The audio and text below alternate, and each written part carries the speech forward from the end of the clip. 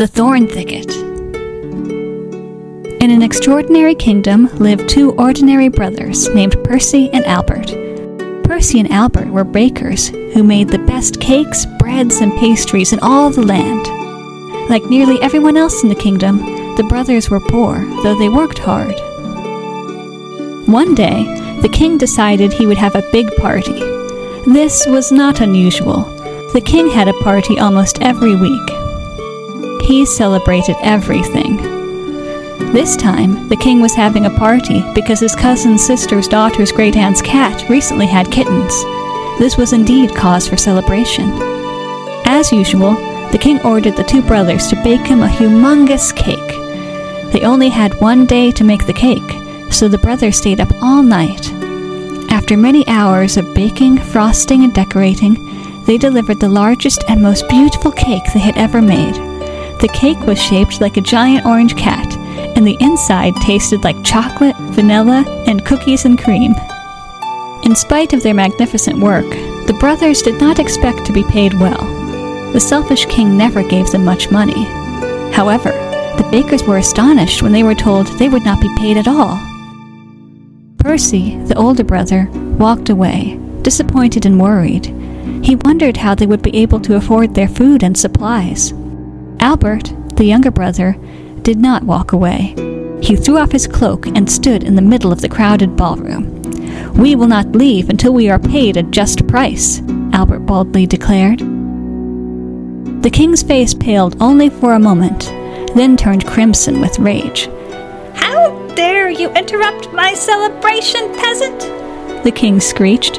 "You are a lowly baker. You were given the privilege, the honor of baking a cake for your king, and now you want money?" The furious king seized his sword.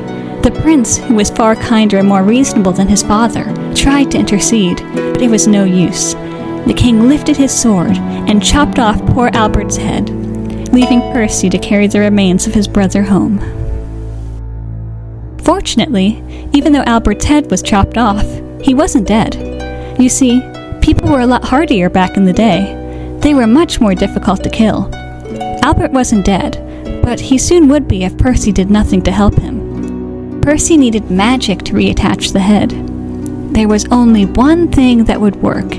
He needed 2 magical blue rose petals. They were very easy to find. Percy knew exactly where they were. Everyone did. If you walked over the hill, across the rickety bridge, into the deep dark of the forest in the deep dark of the night, found the tree with the magic door, walked through the magic door which served as a magic portal, climbed over the mountain of death and gloom, and went into the enchanted thorn thicket, you would find the blue roses. It wasn't that complicated. So, that's what Percy did. He walked over the hill, across the rickety bridge, into the deep dark of the forest in the deep dark of the night, found the tree with the magic door, walked through the magic door which served as a magic portal, and climbed over the mountain of death and gloom. But that was the easy part. The hard part was getting through the thorn thicket. The thicket was quite temperamental. It didn't like visitors. As soon as the baker stepped into the thicket, it struck him with its thorns. The baker stood completely still as the thicket continued to attack and prick him. He did not swat the branches away or even try to protect himself. He did not move at all.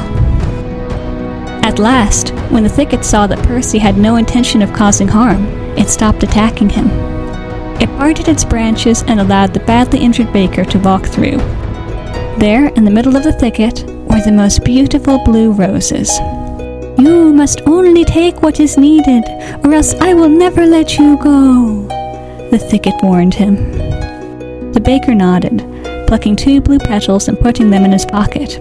He walked out of the thorn thicket, climbed over the mountain of death and gloom, walked through the magic door in the tree which served as a magic portal, through the deep dark of the forest and the deep dark of the night, across the rickety bridge, over the hill, and returned to his home. He put his brother's body on the table and assembled him as best he could. Reaching into his pocket, Percy withdrew the 2 blue petals and placed them over his brother's eyes. The petals immediately shriveled up. Albert opened his eyes and sat up, with his head once again attached. The brothers were overjoyed. There was a brief moment of panic when they thought they had put the head on the wrong way, but they soon realized it was only his cloak that was on backwards. They were happy, their neighbors were happy, everyone was happy. Well, except the king. When the king heard the news, he screamed and stomped his feet. In his fit of rage, he had chopped off someone's head, only for it to be completely reattached the next day. How dare they reverse his wrathful misdeed? The malicious king wanted to punish the brothers, so he devised a sneaky, underhanded, devious scheme. It's so awful, I don't even know if I should tell you. But I will. The king used a bag of poisoned flour. It wasn't creative, but that didn't matter as long as it was effective, and it was very effective. Late that night, the king sneaked into the baker's home and switched out a bag of ordinary flour with his poisoned one. The next day, the bakers used the flour to make bread. Percy liked to lick any extra batter off the spoon.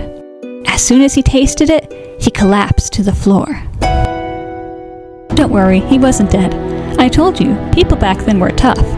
Percy wasn't dead, but Albert couldn't wake him up. Percy snored loudly, sound asleep. Albert knew there were only 2 ways to wake him. One was true love's kiss. Unfortunately, Percy and his girlfriend had gotten into a big argument the week before. They weren't broken up, but they weren't exactly together either. Let's just say they weren't in a good place. She couldn't kiss him. It would have been too awkward, and a bit presumptuous. There was only one way to save Percy. Albert had to get the magical blue rose petals. He grabbed his sword and began his journey. He walked over the hill, across the rickety bridge, into... Well, you are by now familiar with the overcomplicated journey, so let's just skip ahead to when he reached the Thorn Thicket.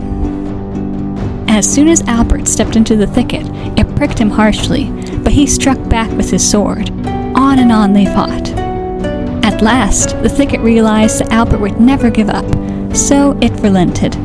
It parted its branches and allowed the wounded baker to walk through. There, in the middle of the thicket, he found the most beautiful blue roses. The thicket warned him, "You must only take what is needed, or else I will never let you go." The baker plucked 2 blue petals and put them in his pocket. He walked out of the thorn thicket and made the convoluted journey home. After he placed the petals over his brother's eyes, the petals shriveled up. Percy opened his eyes and was immediately well again. They were so happy, the neighbors were so happy, but I bet you can guess who wasn't happy. The king. He had tried to kill 2 kind, courageous people, and yet they somehow managed to live. I can't imagine anything more frustrating for him.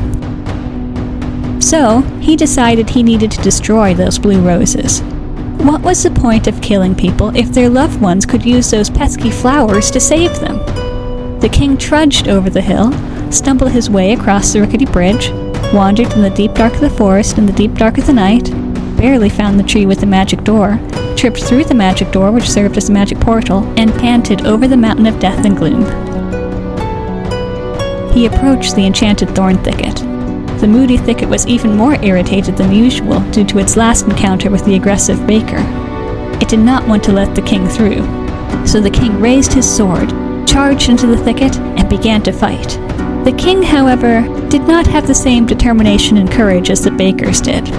He soon gave up and tried to escape, but the thicket would not let him go. It continued pricking him, and the king was never able to leave. After some time, when everyone assumed the king would never come back, the prince was crowned king. After his coronation, there was a party. The new king asked the 2 bakers to make him a delicious cake, but this time, the bakers were paid well, and no one had their head chopped off. The end.